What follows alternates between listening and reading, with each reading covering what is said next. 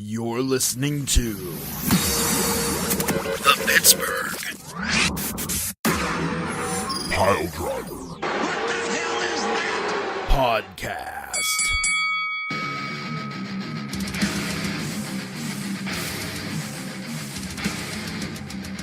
Wildcard! You're listening to the Pittsburgh Piledriver podcast.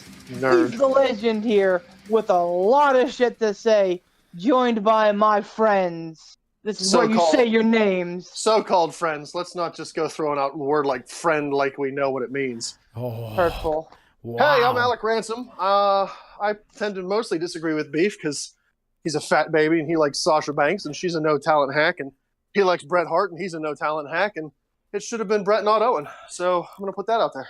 And I am your reigning, defending, undisputed Cruiserweight champion of the P3 podcast. I am Poot the Bard, baby. And I didn't think he was a fat baby.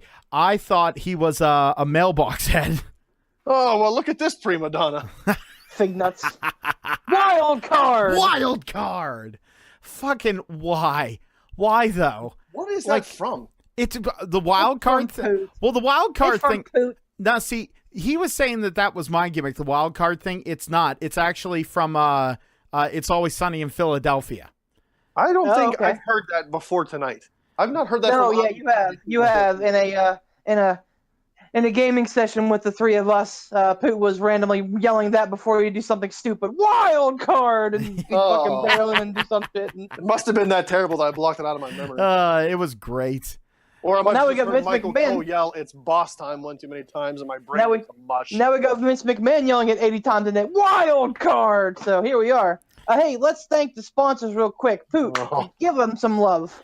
Why don't you? Let's see. Well, first No, of all, I'll listen, tell you what. unprepared. I'll tell you what I'll do. I will thank Casual Gaming Dad and Casual Gaming Dad's Corner. Tom Bodnar, he's really helping us out and spreading the word and the love of the P3 podcast.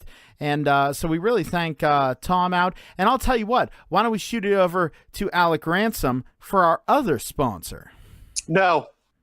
Well, okay, just refusing. No sell. That's cool. WrestleDeals.com. Beef, you deliver the tagline. Better go ahead.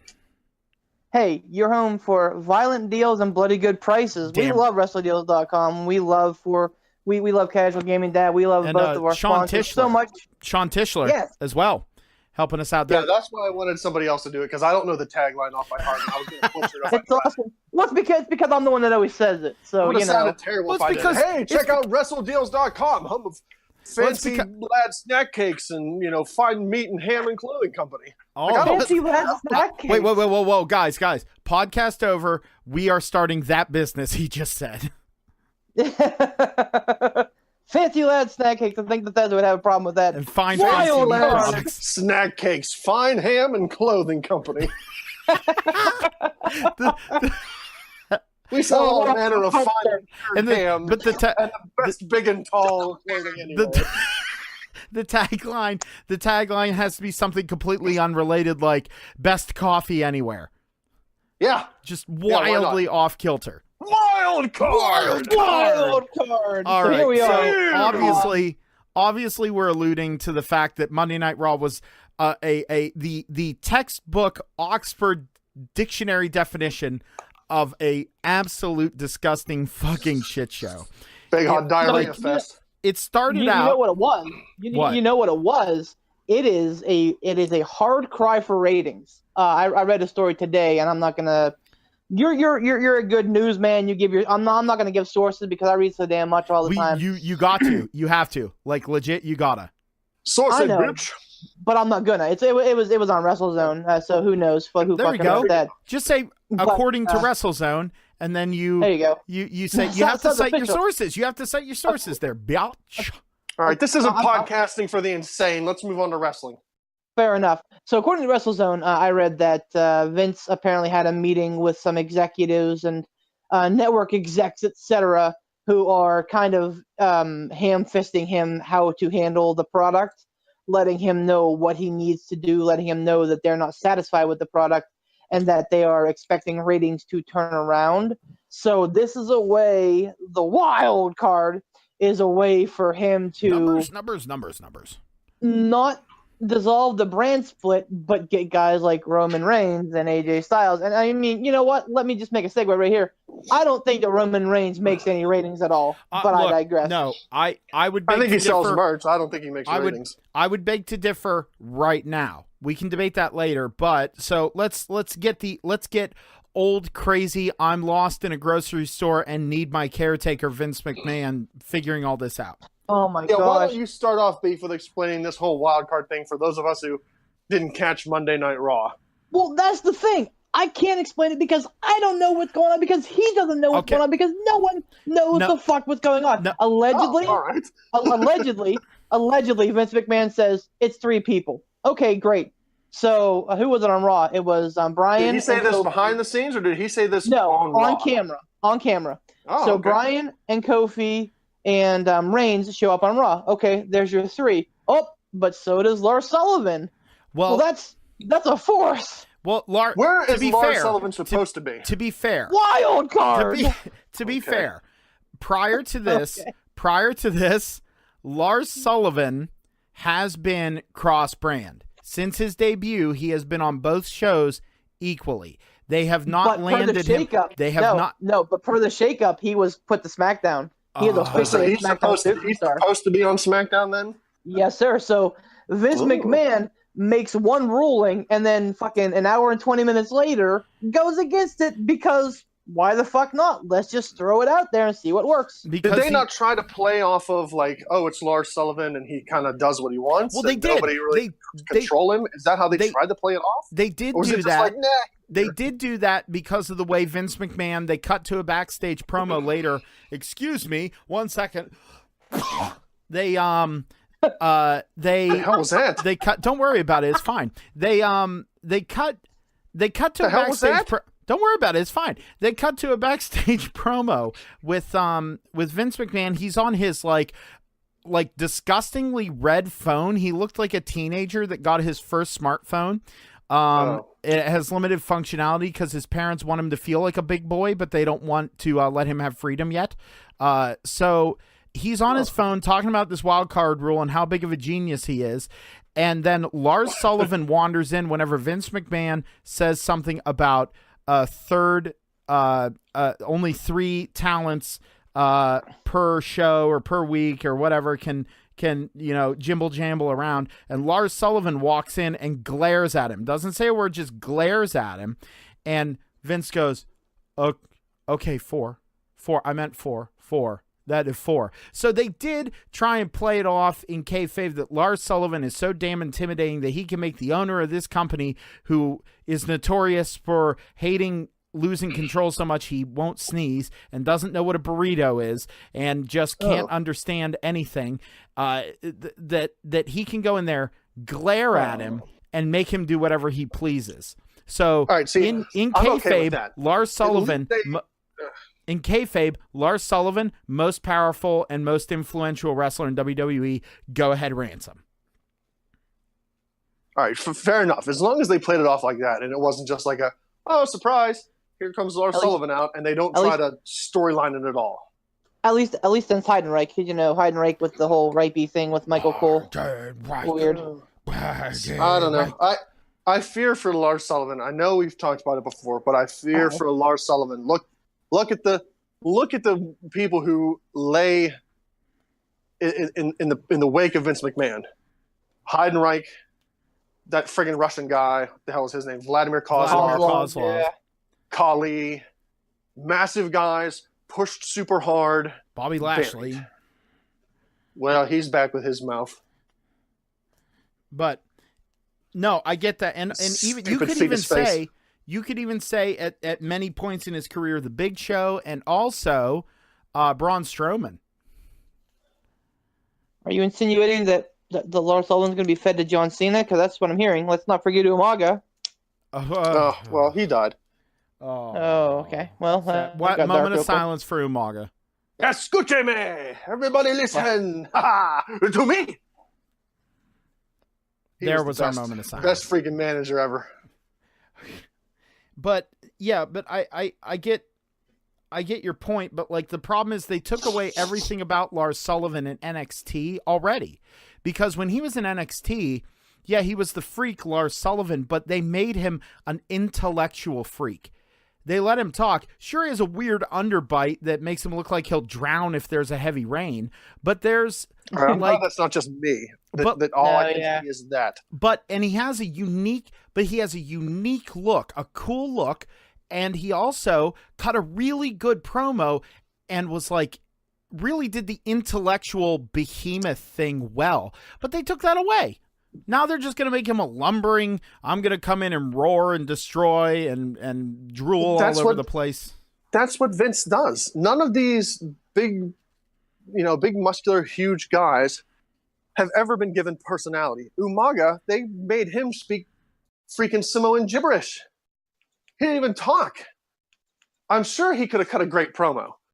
Heidenreich, I don't know. Freaking Kozlov, I don't know. I mean, but they never let him speak. That's Vince McMahon's MO. Big, huge guy, don't say anything, give a big roar, beat everybody, buried. And I mean, that's the Vince McMahon big giant dummy MO. It's proof positive too. We've seen it with these guys that they can do it. I mean, look at some of the work, seriously, that Braun Strowman did. Like, you remember that promo or that program he was working with Elias, and he came out with the bass guitar and treated it like an actual guitar. That was amazing. And it fell apart. Right then and there, like, oh, right then and there is proof that the big guy, like, all right, I'll admit it. I wasn't a super big Braun Strowman fan when he first debuted, because he was the big dude, came in, blah, wrecked faces, left. What was your name for him? Braun Suckman or Braun... Suckman. Cuck Suckman. Cock Suckman with his... I hate the way his mouth looks when he says, blah! Hey, put it right in here, buddy. Here's the slot. Insert here. But when they actually let him branch out and have a personality and be fun, you know, he could be an unstoppable monster, but then he also would be able to show humor. And it's like, all right, man, this guy has got a hell of a range. You know, he's not just the big monster that comes out, blah, leaves. He's got range of personality. Let him freaking use it. And, well, you know, that's where we are now, because he's now in the fucking doghouse. Yeah, he's now in the fucking doghouse for who knows what. Who knows what? You know, I read it and I forgot. I don't know. There's so much shit going on with people that are, you know, wanting to leave and they're not leaving, and for people that are getting punished for stupid shit, that it's unreal. It really is unreal right now. The chaos that's ensuing in World Wrestling Entertainment. With all the people who want to leave, with all the people who's at least made public that they've requested that release, and WWE has started denying their releases, you would think that the decision makers, Vince McMahon and his underlings, you would think that they would try to do everything they could to make the talent happy and to not just start really throwing out punishments. Like, that's the opposite way that you keep employees. You don't keep employees by threatening them and punishing them. You keep employees by making them happy. And it doesn't seem like Vince McMahon understands that. No, see, that's the thing, is that Vince still operates under the fact, and up until, I mean, really being honest, fairly recently, WWE was it. Like, people, I mean, the last bastion of it, I mean, and I'm really throwing out kind of puffery stuff here, but AJ Styles, I mean, like, this more than likely, even though he's still going good, I mean, he has a lot of miles on him from wrestling a really aggressive style for years. And he's even said, he's like, I hurt all the time. You know, I'm really, you know, you wrestle this, you got to modify your style. Who's clicking? You clicking? I'm cracking my knuckles. I'll crack your flunkles. Anyway. Bring it on, Jabroni. But anyway, what I was saying is, Styles, like, he said that he hurts all the time and he's had to modify his performance, but it's still really aggressive and really kind of devil may care at a lot of points. And he's more than likely going to end his career here because it was the last thing he did, and WWE is the promised land. You know what I mean? But now, obviously, Vince and the powers that be at the WWE are afraid of AEW, not only because of the young, strong, talented roster they have, but because they actually have legitimate financial backing to make a run at this and make a legitimate product, and they're giving wrestlers a better place to be. You could make an okay living on the indies. I mean, you could. And even in the most recent years, you can make a good living on the indies or in New Japan or even over with the Progress thing over in England, like traveling the world. But they're giving them a place that they can wrestle the way they want. They have control over their characters. They have financial backing. They don't have to have the brutal road schedule, and they get paid well. This is scaring the WWE, and they're trying everything and scrambling to make WWE what it once was, which was the top of the mountain, the promised land. No matter where you went, it's not the WWE. And guess what? That's not the world it is right now. So Vince McMahon is trying to enact the wild card. Well, to and make here's it the happen. thing. I don't think it's just in response to AEW. I think that's a part of it, but I think a lot of it is literally Vince McMahon kowtowing to the sponsors, to the networks, because he has to. Because right now he has, I think a couple or $1 billion deal. I don't remember exactly how much but it's a lot of money. It's a billion. It's $1 billion deal. And it with Fox on a basic cable network, which and we're long past those days. I get it, but still, your Foxes, your NBCs, your ABCs, your CBSs, they're revered, because they're like the top of the mountain, as it were. Yeah, so they're like, the IT network. Well, right. for So you're for talking about broadcasting. a major, right. So you're talking about a major network on a primetime slot, and they're saying, hey, you know what? You're fucking this up real hard. You need to fix it. So I think that right now he's got a lot of stimuli coming in. I mean, so here's the thing. And again, we are going to every show. I'm sure we'll talk about how much we hate Vince McMahon, how much he makes stupid decisions, et cetera, et cetera, et cetera. I don't envy him because he has a lot of external pressures coming in. On top of being damn near 80 years old, on top of sleeping fucking like 3 hours a night, on top of never sneezing in his damn life, he's getting he's getting pressure from the sponsors to do things. He's getting pressures from the networks to do things. He's getting pressure internally, externally. Calls about AEW. So right now he's being pulled a lot of different ways. So I do not, heavy is the head that wears the crown, but he's still a fucking lunatic. No, but Yeah, I mean, it's tough to be king. But at the same token, wasn't TNA financially backed? Like, wasn't Dixie and her father freaking loaded? Well, no, Dixie, not no. to the point the Cons are. The Cons own a football team. The Cons own an NFL football team, and the NFL is printing money right now, so they have more money than God. They have Vince McMahon money, like they do. More than Vince.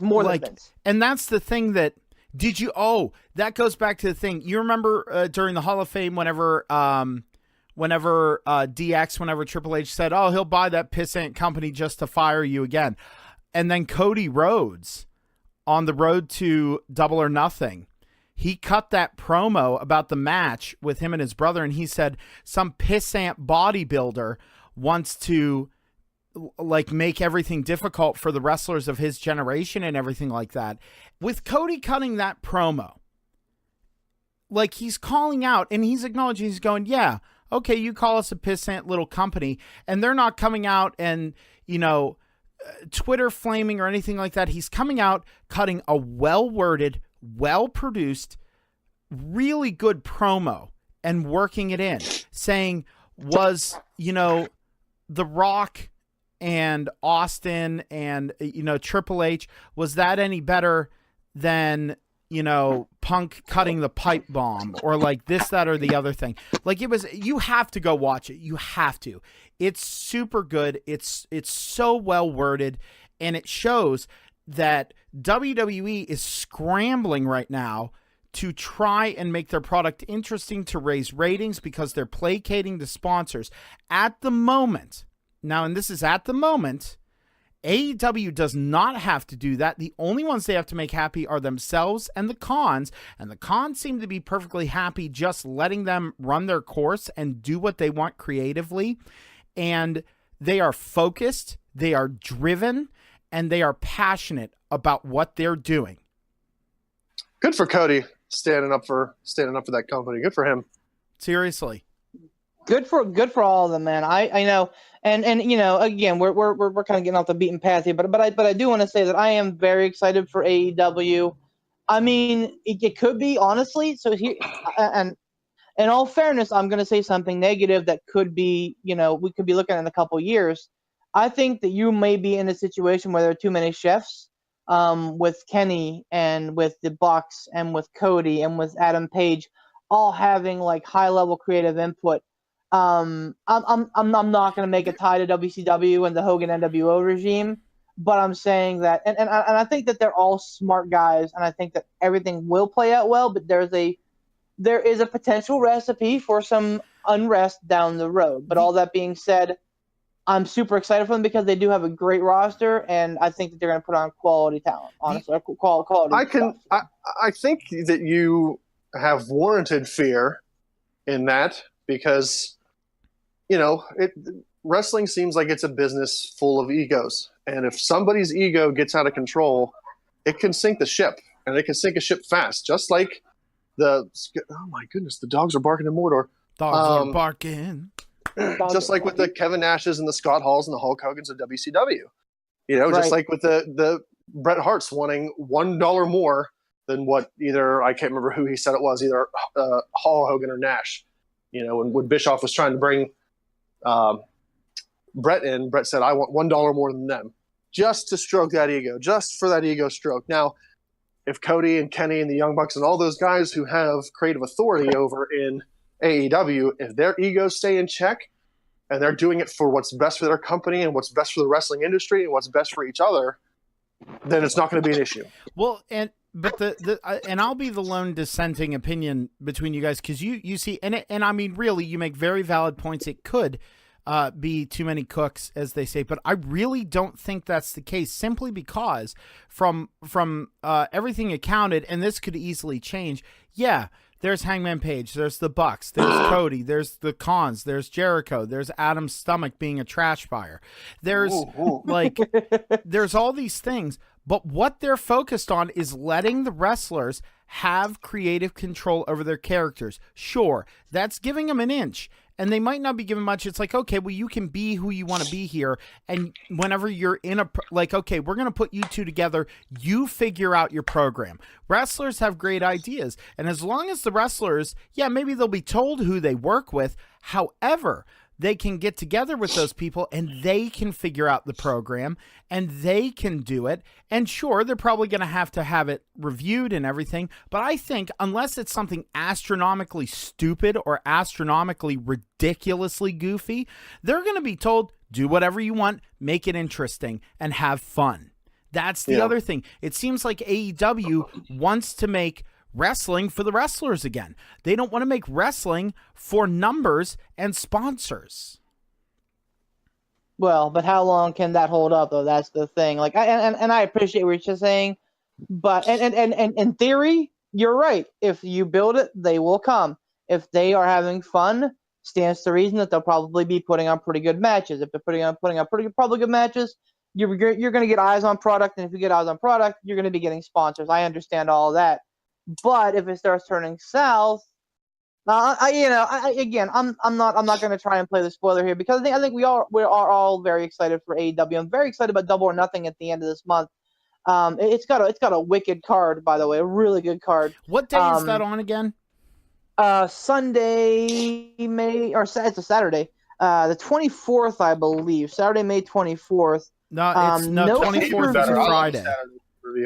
Okay, 25th. Sorry. It's on Saturday? Yes. So there's no they haven't discussed pay-per-view yet. It may be on Fight. By the way, if you download the Fight app, you can get a free $10 credit just by joining the Fight app. So like it may be on Fight. Or if they get a TV deal in place before then, it may be, localized to those streams. But it's got a dynamite card, and All or Nothing did not disappoint at all. Oh my god! So, All In, excuse me, All In did not disappoint at all. It was probably the best event last year, and I say that unequivocally. And I would put it probably right under NXT Takeover Wrestlemania this year, in terms of quality of card. Agreed. Agreed. It was because I still stand by this. NXT Brooklyn or NXT New York, whatever they wanted to call it this year, was probably the best match card I've seen in at least a decade, probably 15 years, maybe ever. So like to say All In is almost at that, is right there at that precipice, is it's right there. So I mean, I'm super excited for it. I just I don't think it's fair that we sing the praises of All In all the time, or oh my God, all Elite Wrestling all the time, and we sit here and cut down WWE. So it's not that I'm dissenting to be a dick. I'm just trying to point out that there may be negative consequences down the line. Right now, the only good thing that it seems about Raw and SmackDown is us waiting every single week to see what Bray Wyatt's gonna do next.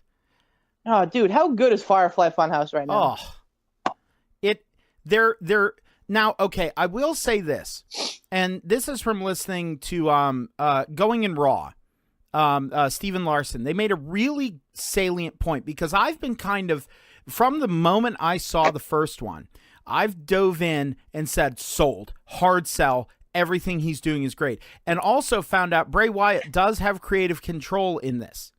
He has a good say in what happens, and you can tell, because he's, number one, he's enjoying it. Number two, it's interesting. You know what I mean? This is what happens when you give wrestlers even a modicum of creative control. So in this, they made a really salient point that it's like, I was sold and like it can do no wrong, but they did go a little hard and fast on the second one. Like the first one was good because it was really alluding. There were the little things, the hurt heel, introducing the characters and stuff. And the way he said, let me in, was kind of cheerful. The second one, what hit the nail on the head was, he did the Rambling Rabbit thing and he did the painting thing. And they said maybe do one or the other, like the word of the day. Have the word of the day be pineapple. And have the only thing that's creepy be the way he says, let me in. They kind of are going real hard, real fast with it. You know what I mean? Like they. Well, and again, that could be a pressure that could be pressure from Vince saying, hey, we got to get this shit cooking because we need results now, not 3 months from now. And suddenly something, for example, something that I think should have been a slow burn was AJ versus Seth Rollins. I think that should have been your SummerSlam main event. I think that, and I think that a good AJ Styles heel turn would have been perfect if you mix in the club.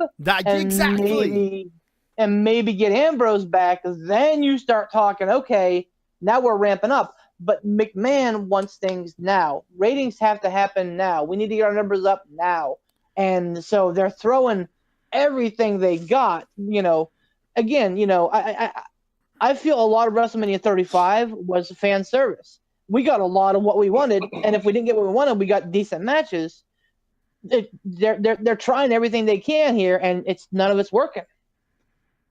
I think part of it might also be pressure from the networks or pressure from the sponsors. I mean, didn't we talk last podcast about how Vince, could have been, I don't know if this was confirmed or not, but I think one of us read it or saw it somewhere where Vince was getting pressure from the sponsors to get rid of the Firefly Funhouse because of the darkness or whatever. So maybe the push is build it up real quick, bring Bray Wyatt back and then cut it back into that, straight up Swamp Hill character. Who knows? I think that that was the case, that they were concerned about it being like he's being a cult leader of children. But honestly, with the third one, to be honest with you, I don't think that the sponsors are a factor in the content of the Firefly Funhouse, because very much did you watch the third one, Ransom? No. Okay. Well, in the third one, at the end of it, he first of all, Mercy the Buzzard killed Rambling Rabbit. Spoilers. And Bray Wyatt basically said, well, everybody should be forgiven. And you know what? I think you deserve a reward. And he said, we're going to have a picnic time. And there was a whole bunch of kids sitting on the floor, staring blankly and stone-faced and dead-eyed into the camera. And Bray's yucking it up, wearing sunglasses, having fun. And he sits down with the kids and he says, oh, we're having a picnic. This is great. And remember, Fireflies, I'll always light the way. All you have to do is let me in. Man. See ya. Perfect. It's And, fucking perfect. Oh, he's hitting the beats great. But that's the thing, is the fact that they did that. They're doubling down on this. I really believe that. I really believe that they're 100%. like, you know what? Let's do it. Let's go hard. Which is, and if you go back to my Raw review, weeks ago, and I said I was kind of unsure about it, it's because I didn't know if they were going to have the scrotes to go through with it. I didn't know if the cojones were going to be there for them to actually, but it seems like they're backing this like real dark undertone, and I'm a fan. Like, this is definitely something that we've never seen before. Not in the Attitude Era, not in the pre-Attitude Era, not in the post-Attitude Era, not in the PG era. Never have we seen, I don't think, something this dark. The only thing I can equate it to is when The Undertaker crucified Stephanie McMahon. Oh. That's the only time that I can think that things got real dark like this. And that was like over the line. This, I think, rides that line perfectly. I think it's, and I was going to say the other thing, that, I mean, back in the Attitude and then the Ruthless Aggression era and all that kind of stuff, like, they did things like, you remember Kurt Angle's thing whenever he was going after Booker T's wife? Oh my God, I forgot about how that. big, how over the top was that? Or how about whenever, what was it, Heidenreich threatened to rape Michael Cole? Right. No. Well, Right? again, I'm not necessarily talking about over the top. I'm talking about like dark. Like Firefly Funhouse is great because it carries a nice, dulcet, like super dark undertone, and you're just waiting for those scales to tip, and they haven't yet. So what happens when the scales finally tip and we see the dark? Like, how do we get back to the light? That's what I think is really fun about it, is because there are so many ways that it could go, and I'm excited to see how it pans out. So far, yeah, you're 100% right. All of my hesitation, I 100% take it back. With the 3 episodes that we've seen, it feels like they are backing this for what it needs to be, and I'm all in. Now, and pardon the pun, but so here's another thing, and we talked about this before we started recording. So with the whole thing we talked about earlier, we mentioned saying that why wouldn't the WWE right now be working hard to make the WWE a place where talent wants to stay? I mean, look at who we have trying to leave. You have the Revival trying to leave. You have Sasha Banks throwing a fit and getting ready to leave. You have Leo Rush. Leo Rush, you got to take him with a grain of salt, but that's another discussion. I'm going broad here. The Luke Harper requesting his release, not getting it, and them putting 6 more months on his contract, and then Ambrose leaving. Now, I mean, like, even going back further, Ty Dillinger requesting his release, and what's the one guy from Sanity? Alexander Wolf? Yeah, Alexander Wolf. Yeah, Alexander Wolf. Yeah. Alexander Wolf. All these guys, everyone's thinking of jumping ship and doing this kind of stuff, and you'd think that they'd be pressing hard to make the WWE a place that they'd want to be, that was comfortable, and that was a place that they wanted to invest themselves in as much as WWE is. But you know what? They're not doing that. For example, with the Revival, they're putting them in these schlocky, embarrassing, quote-unquote, shticks with the Usos. Number one, this is dragging the Usos down because they're acting like like they belong in the Scooby-Doo mystery gang, and they're like the Revival. They did a segment whenever the Usos were trying to make fun of the Revival shaving each other's backs. And that's not embarrassing. You assume that wrestlers shave their backs, and also, all right, your tag team buddy does it for you, whatever. Who cares? Like, they're trying to embarrass the Revival, and they're trying to make them damaged goods. So whenever they do leave and their contracts run out, they are, like, no one will want them because they'll perceive them as nerdy, dumb, ridiculous comedy wrestlers. But the problem is WWE inherently thinks they have the sway and the the ability to ruin a wrestler, and the rest of the wrestling industry is going to look at them and go, yeah, you're damaged goods.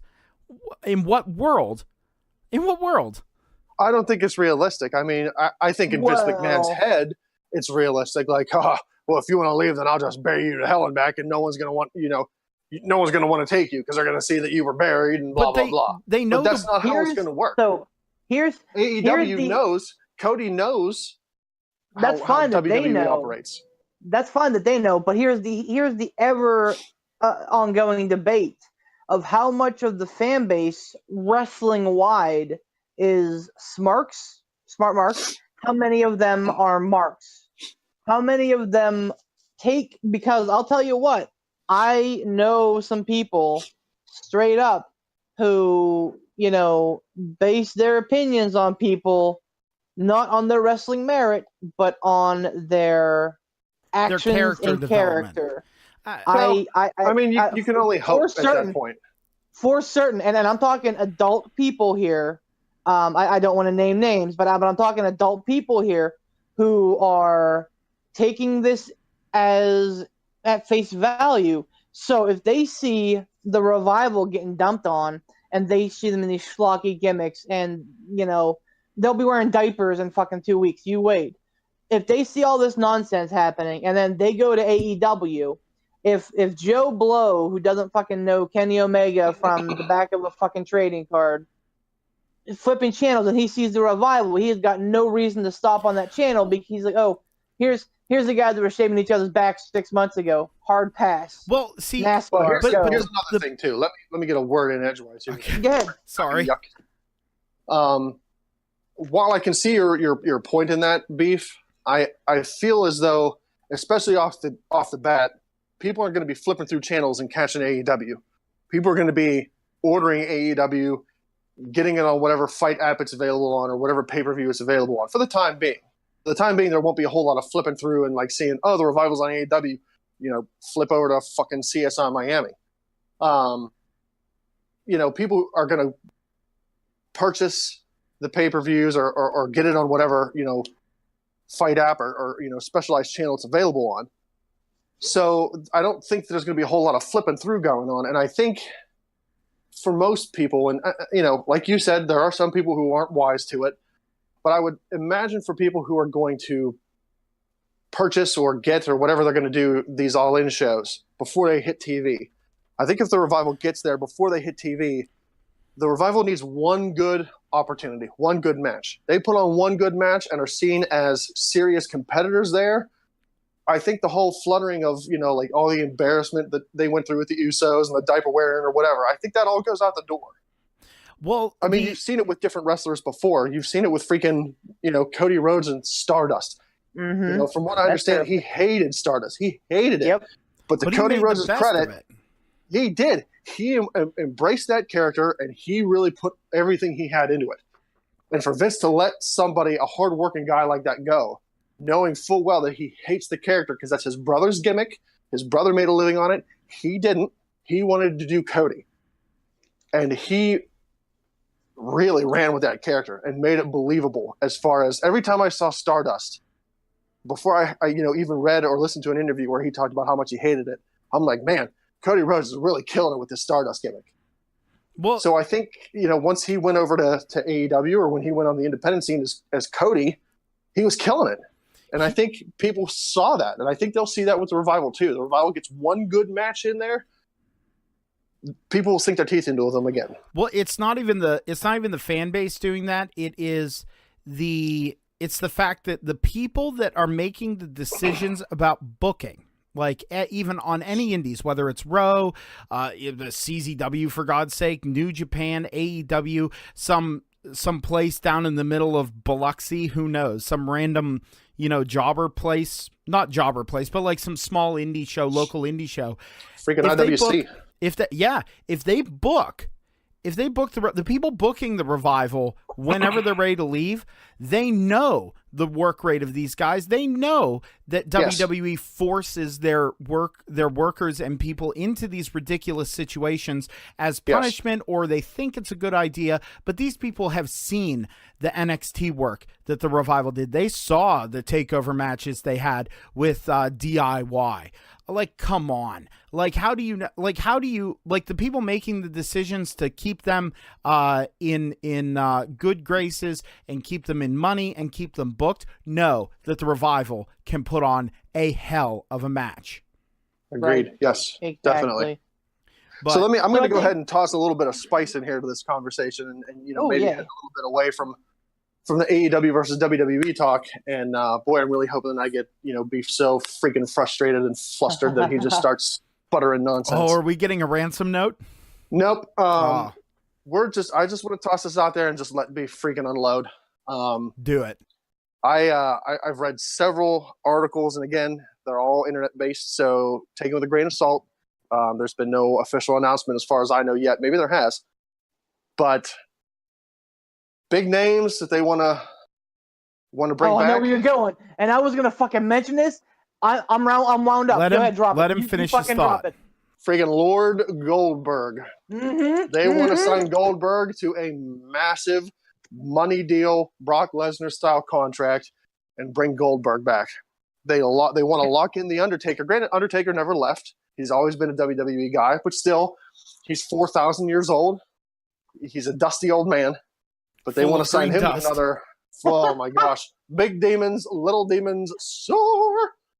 They want to sign him to a freaking massive ass contract and lock him in so that there's no chance that he even makes a remote appearance at another wrestling show or a con or anything like that. They want to lock him down. I want to lock Brock Lesnar down again. And I keep reading many, many different articles talking about how Vince is trying his damnedest to come up with a way to get CM Punk back.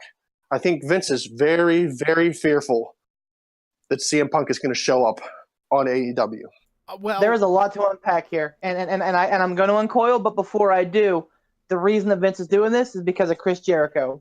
Because Chris Jericho is a huge name and damn near a household name, and Jericho spurned him like an ex-lover, and so Vince is like, "Fuck, if he's going, I got to sign my dudes." Well, so okay. All right, there's I'll lot tell you to what. Unpack here. Are we gonna call this a? No. Are we gonna? Is this gonna be your rant, Beef? It's not a Beef legendary letdown. It's just a rant. I got a letdown. I got a letdown coming later. But before Beef unloads, I want to preface before you go off on your tangent. I want to preface it with this. I don't care if they sign Brock Lesnar to another big ass deal. I don't even care if they sign Goldberg to a big ass deal.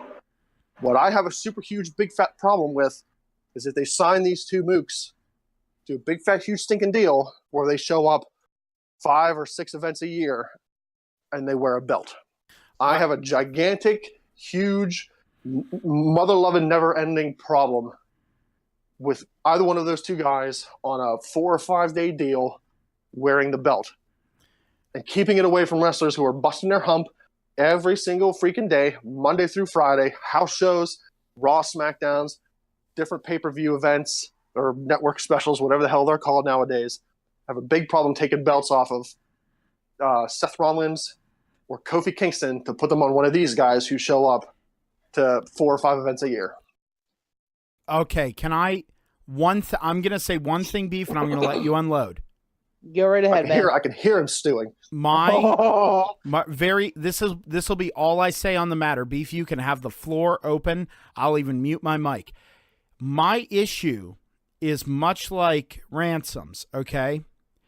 But my umbrage is the fact that they're being brought back for these Saudi Arabian shows, and the Saudi Arabia shows at all, it seems to be like the ground of the place that people can, bring back these, get the casual fan and get the people like, oh, I remember Goldberg. I remember, Shawn Michaels. I remember Brock. And my problem with them bringing them back is that they are going for quick cash. They're not going for long-term, slow-burning, building the next legends, the next John Cenas, the next Stone Colds, the next Undertakers. They're not doing that. They're focusing on what made them money, what can bring back the quick casual fan to eyeball events and maybe watch a Raw or two and then go back into the ether. That is my problem. Goldberg wants to make his money. Knock your fucking self out.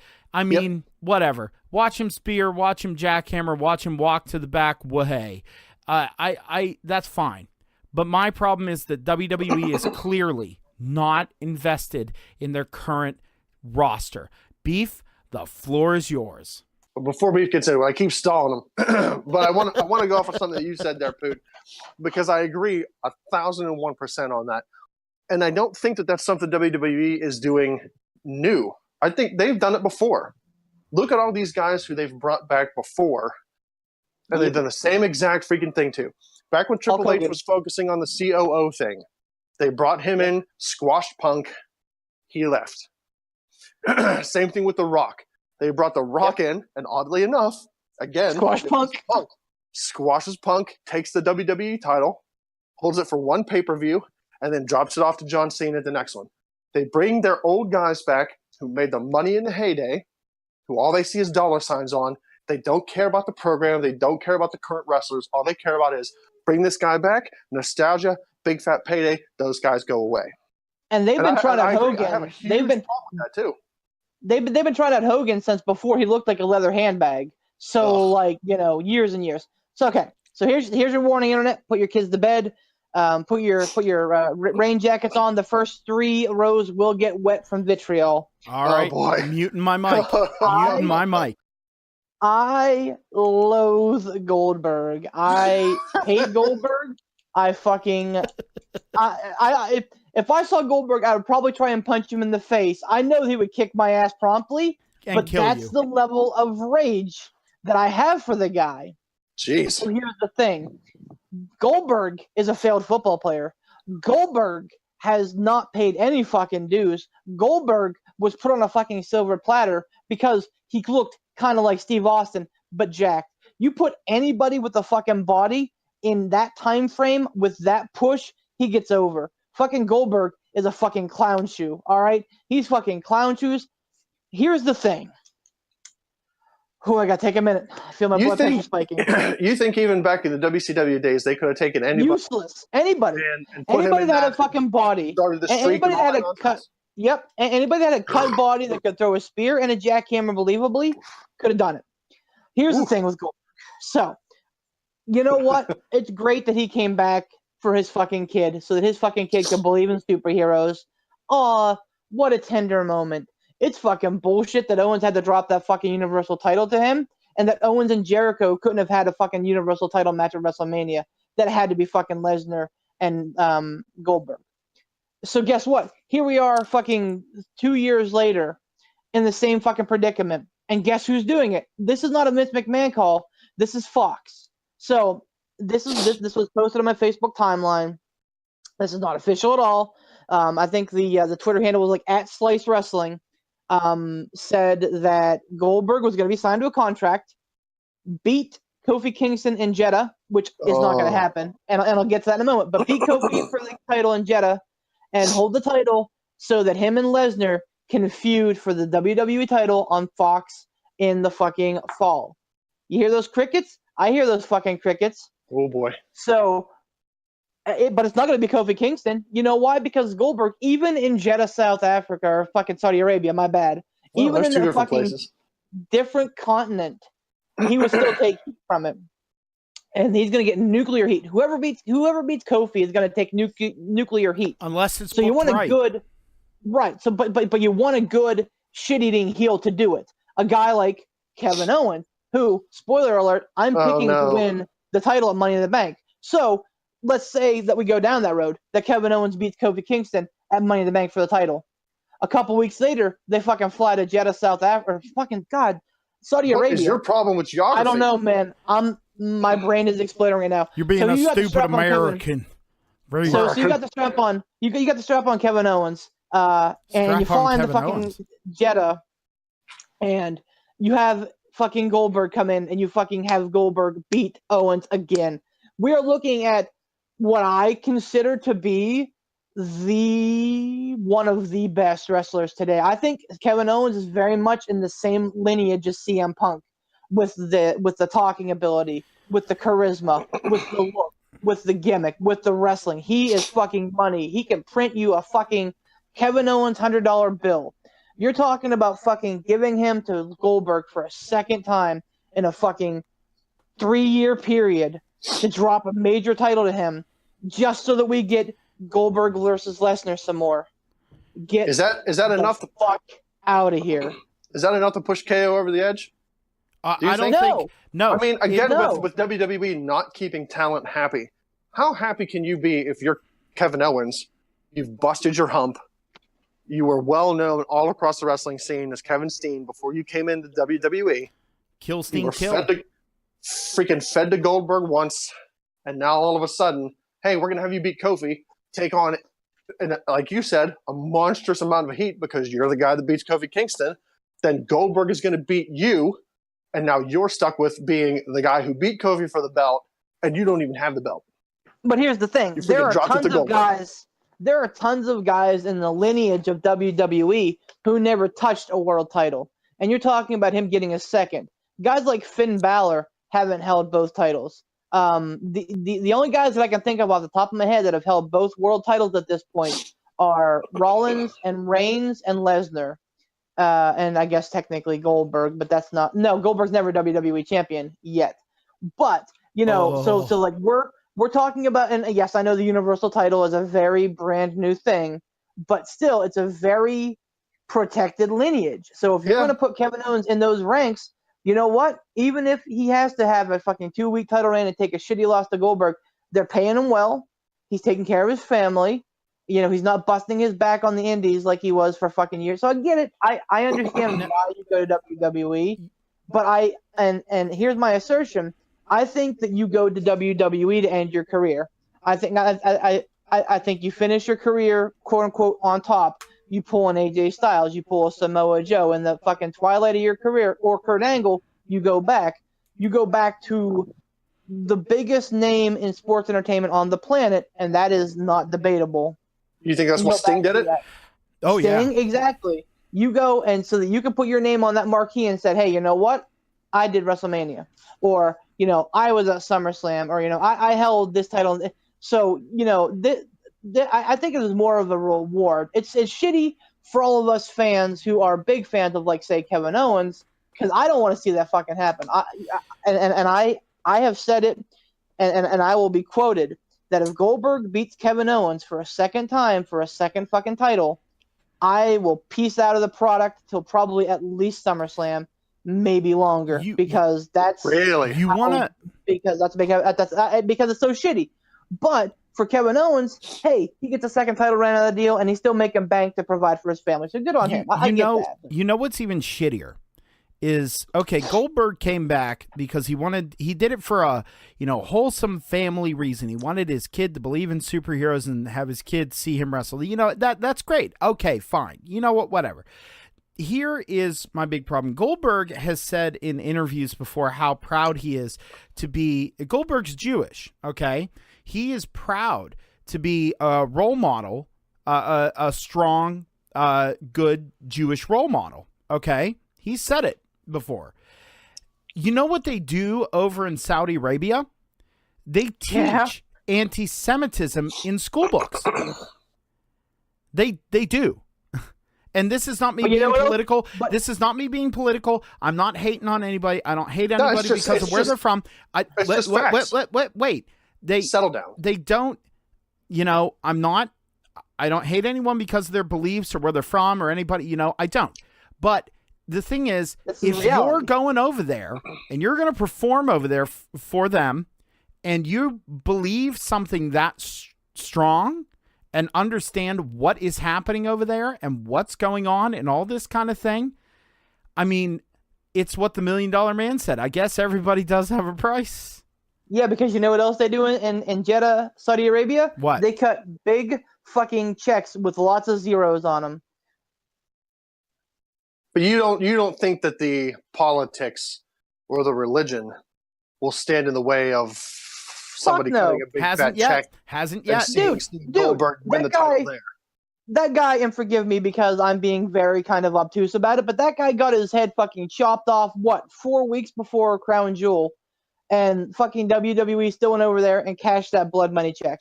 They still fucking did it. Wasn't there just recently an incident with, what was it, like 40 or 50 some people killed recently in Saudi Arabia? Like by the government or something like that? I could be erroneous. You know what? I'll tell you what. You guys talk about that. I'm going to research so I don't sound erroneous with my quotes. I'll BRB. No, you're fine. Well, and you know what? While I'm got the vitriol train rolling, I may as well go ahead and lead into my legendary letdown. Ooh. Which is far less vitriolic than the Goldberg hate. So my letdown, and this one is a legendary one, folks.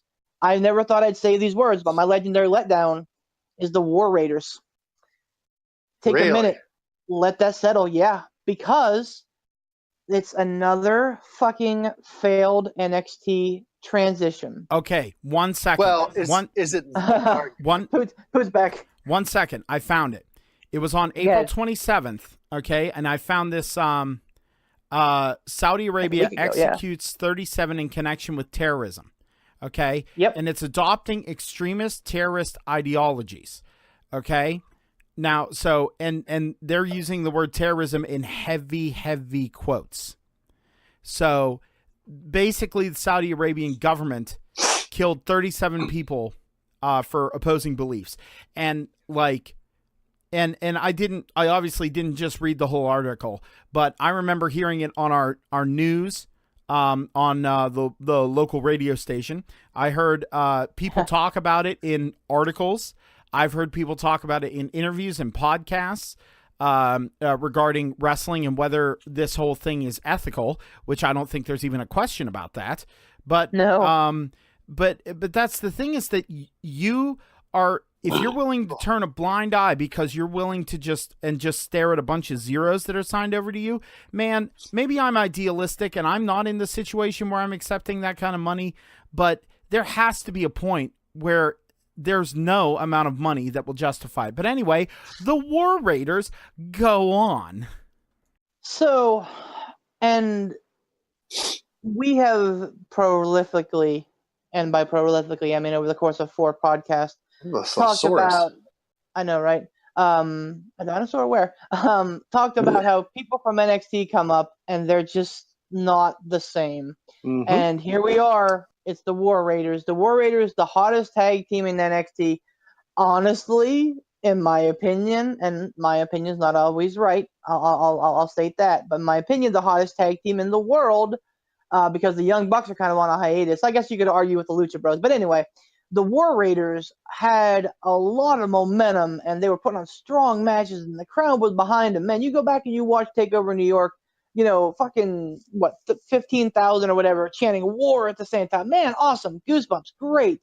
And just amazing. And then they get to Raw, and it's flat. They give them their stupid gimmick names. They give them their stupid fucking gimmick tag team name. They change the gimmick tag team name. They flirt with changing the gimmick tag team name again. They call their they call their finisher, which was Thor's hammer before, which was a weak name to begin with, but I digress. Oh, well, I was on board with it. Well, yeah, I would have rather heard, I would have rather heard it called Mjolnir, but that's because I'm a Marvel geek, whatever. Mm-hmm. Anyway, my point is, now they're calling it the Viking Experience, a callback to the stupid name.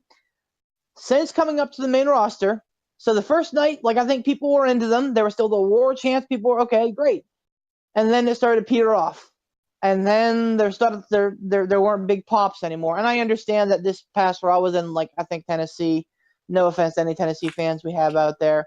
But, not a classic hotbed. Well, okay. Not Jerry a Lawler. not a new classic hotbed. I'll put not your New York, Chicago, Philadelphia, Pittsburgh, etc. Not your new classic hotbed. So, I get all that. But, I mean, man, they're booking them like heels. And you can't... it's My the brain same. hurts. It's Are they the the war? reason. Wait, no, the Viking Raiders now. Viking Raiders. The Viking yes, Raiders. Viking Raiders. But the thing is, the reason, and again, it's the oversimplification that happens on main roster. We see people that are aggressive, they're heels. I just they have failed them. They have failed them so hard, and they're not even. I didn't watch NXT this week yet. I'm going to, but I think that they end up just dropping the titles and relinquishing them, so that there's going to be a fatal 4-way match at the next takeover, which is newsworthy as well. But so they're not even doing the service of putting the next team over. They were fucking yanked out of there so quick that everybody's head in NXT are spinning, and now already 4 weeks into Raw, and I'm lamenting that they're here. So that's my legendary letdown. The Viking Warriors are not what I want them to be, not what they were, not what they should be. They should have just stayed in New Japan and been fucking War Machine and fucking busted heads. Well, that was quite the legendary letdown, and honestly, it's a legendary letdown because, history has shown that, call-ups never really seem to work out too well. And following up on that, we have the Ransom note. Hey, Ransom.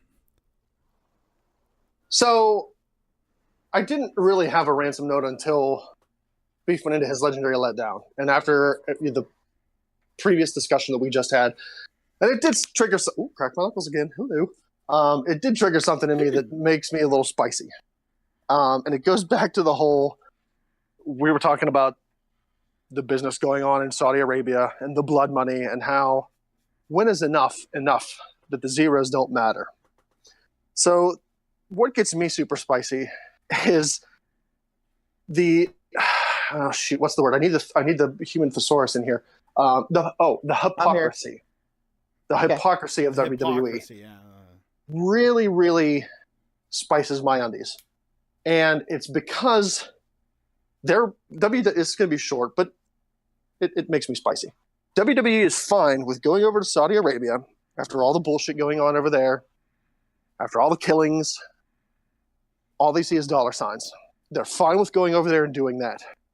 Not a question. Vince is all about it. He's all in. So they're cool with that. But the thing that is crossing the line is calling the War Raiders the War Raiders, because war is just too bad.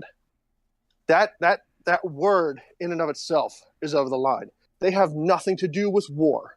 They're not coming out dressed as soldiers. They're not saying anything about any current, past war, nothing. It's not political. It's not country related. It's nothing. It's a name. The War Raiders. That's all it is a name. But that one word war is enough to trigger WWE and the sponsors or whoever is triggering to go, you know what, we can't do that. We have to call them Viking Experience. Oh, that's a stupid ass name? Well, let's call them the Viking Raiders, and we'll still have the Viking Experience as their finisher, because good Lord, we can't completely shit on Vince's idea. God forbid. It's fine to go over to a country that's murdering people and all of WWE sees is dollar signs, but it's not okay to call a tag team the War Raiders when they have nothing to do with war. They're dressing up like Vikings. All it is a name. The hypocrisy on that blows my mind and makes me a tad bit crazy. And I can't see any justification for it. All I see is Vince McMahon and his stupid dollar signs and his stupid hypocrisy. You could argue that War Machine, their original name, and then the War Raiders, you could argue that their name is about war. I mean, Vikings, that's what they did. Intersocially, Vikings were ahead of their time. I mean, like, they bathed back. Now, this is way back when Vikings bathed on a weekly basis, which back then was unheard of in the quote unquote civilized world. And they had the Berserkers. I mean, they were known war mongers and war raiders. But their society was very forward. Women were treated in Nordic and Viking culture were treated with great reverence, because they were the ones who actually brought life into the world. You know what I mean? And if a man laid hands on his wife, then they were brutally murdered. Like, it was like, that's not okay. So, like, I mean, that's the thing is, like, you could make a very loose argument that it's like, well, their name is based on war, and all war. But I agree with you. I don't think that, I mean, it's all part of the aesthetic. It's all part of the intensity. It's all part of the presentation. And when you take that away and try and make it the Viking experience, then it just numbs everything up. So I agree with you. Yep. What do you guys say we work our brains a little bit here and we have a little hot tag trivia? I'm all in. Oh, yes, sir. hey! Did it again. Wild card! Card. Whoa! Wendigo. All right, so what's the order? Wendigo. Wendigo. What's the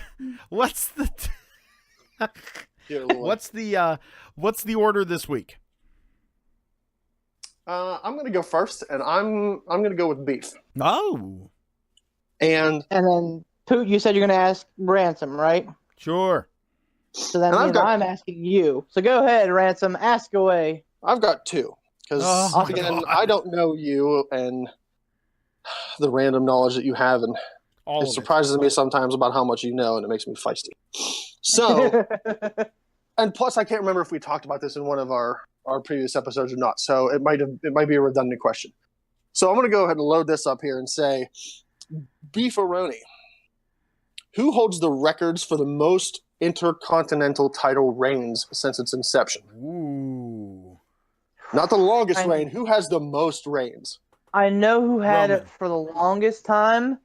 I'm not sure if that's changed. Who would it be if it had? Is it a tie? It might be a tie.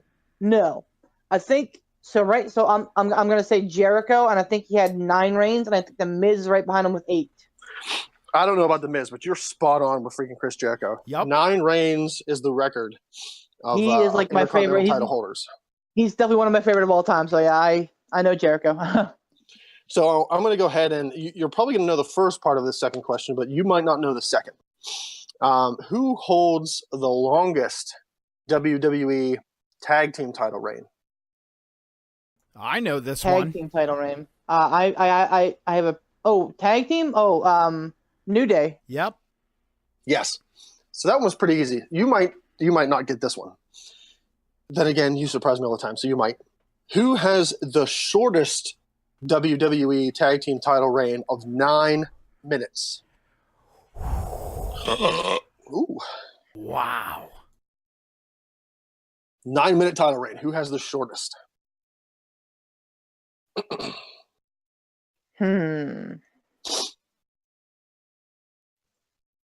Put on that thinking music. Boom. Yeah, right. So I'm thinking it has to be on a random Raw or SmackDown episode.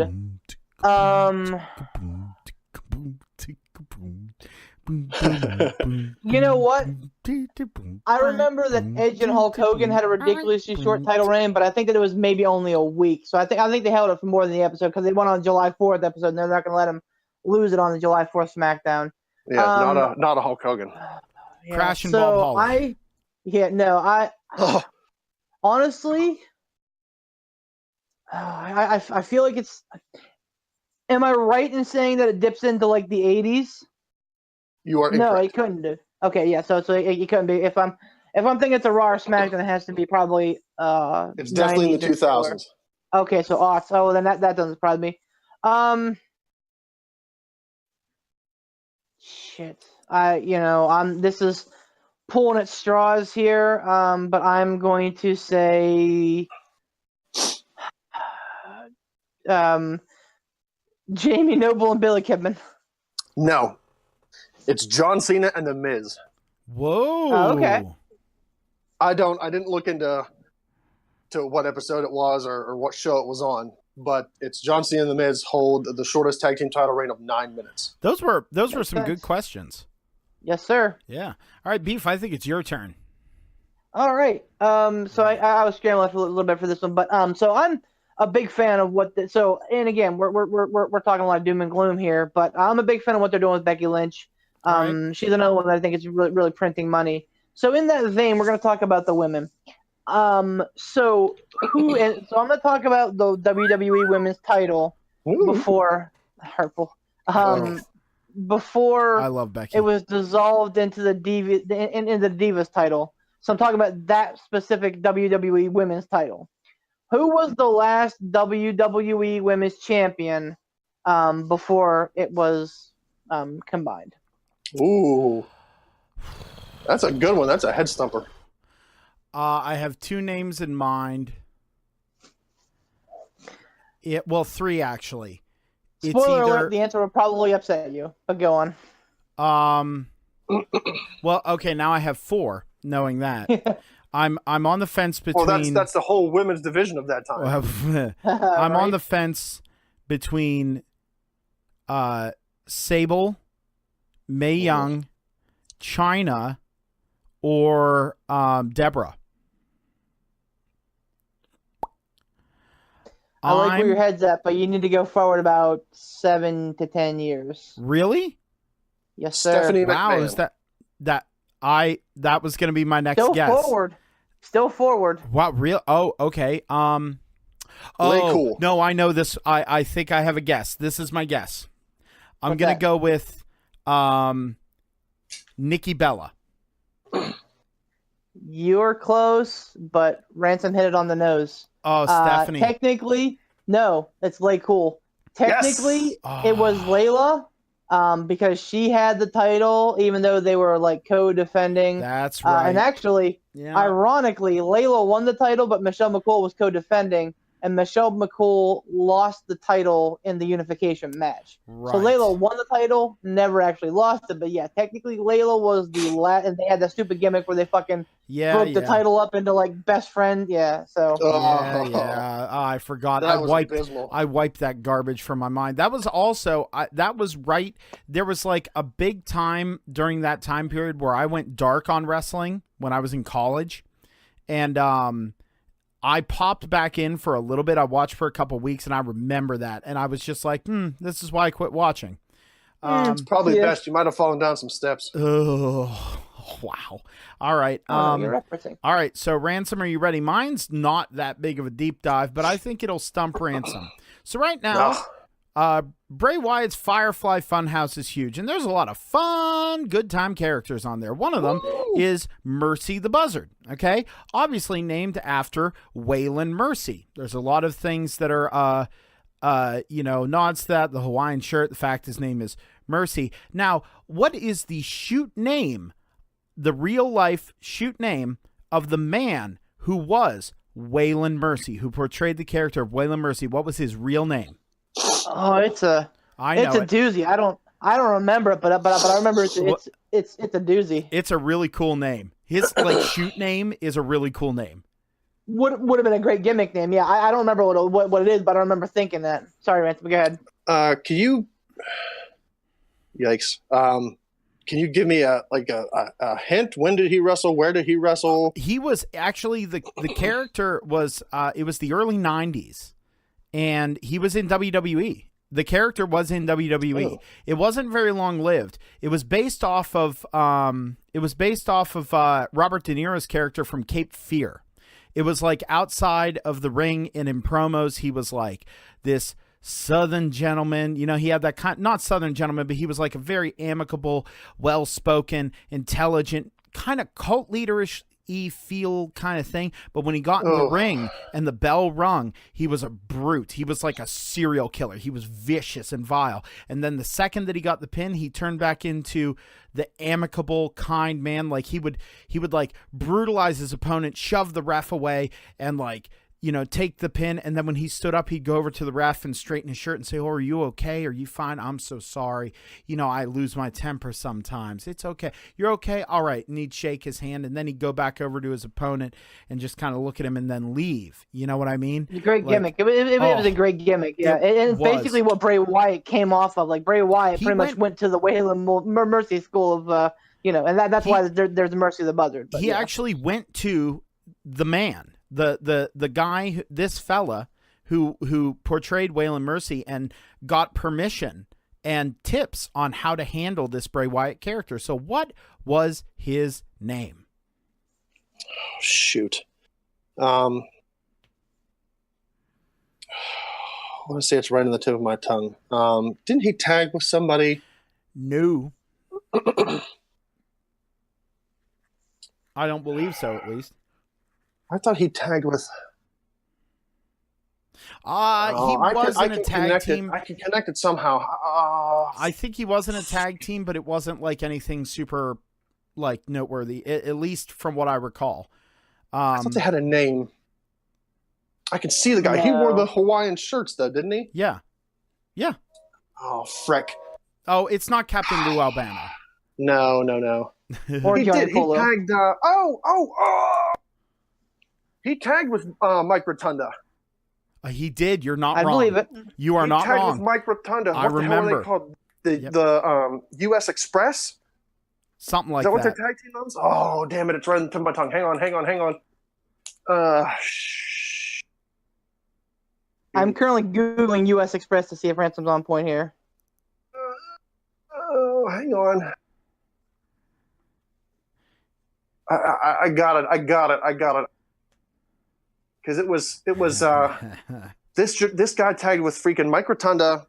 I think the U.S. You're right. Express was Oh my Barry God. Windham and You're Mike so Rotunda. right. Beef. It And after was. Barry and Windham left- Beef. Wyndham was replaced with, and they were called the American Express. My God, Beef. good knowledge, Ransom. Dude, Sorry, that's guys. that's really good. Because I didn't research it that much. It just popped into my head today. Beef, let me reveal the name. Let me No, Yeah. just give me a second. And Beef, isn't his shoot name? It was a cool last name, wasn't it? Yes. Oh, it's perfect. He had a Yeah, cool last it's name, dude. Spy, Oh. Spy, Oh, Spy something, Spivey, Dan Spivey. Dan Spivey. That's it. You That's got it. it. Good job, dude. Oh, Round of I can applause see on that him and one. freaking Mike Rotunda in that tag wow. team, but I That couldn't was put a Dude, freaking you- name to him. You took that was like 6 degrees of Dude. Kevin Bacon getting on man. That was Dude, great. you took the scenic route on that one, but what a journey. That was like, I didn't even know that shit. Damn. dude, I forgot he tagged with Mike Rotunda. I really did. All I really knew him, like, I remember seeing that, and I remember actually watching a match with them. And after you mentioned, wasn't he in a tag team? I was like, no, he wasn't, was he? And then, yep, I just knew him from So- the Waylon Mercy character. Dude, great What job. a hell of a throwback from Bray Wyatt having this guy was tagging with his father. Right? Yeah, right. And that's, I think What a hell of a thing. yeah. But guys, this was a hell of an episode. This was a great episode. I'm Like- sure Beef could have ranted for hours about freaking. You know Bill what Goldberg. though? Like after I got the Goldberg stuff out, I felt like mentally and physically exhausted.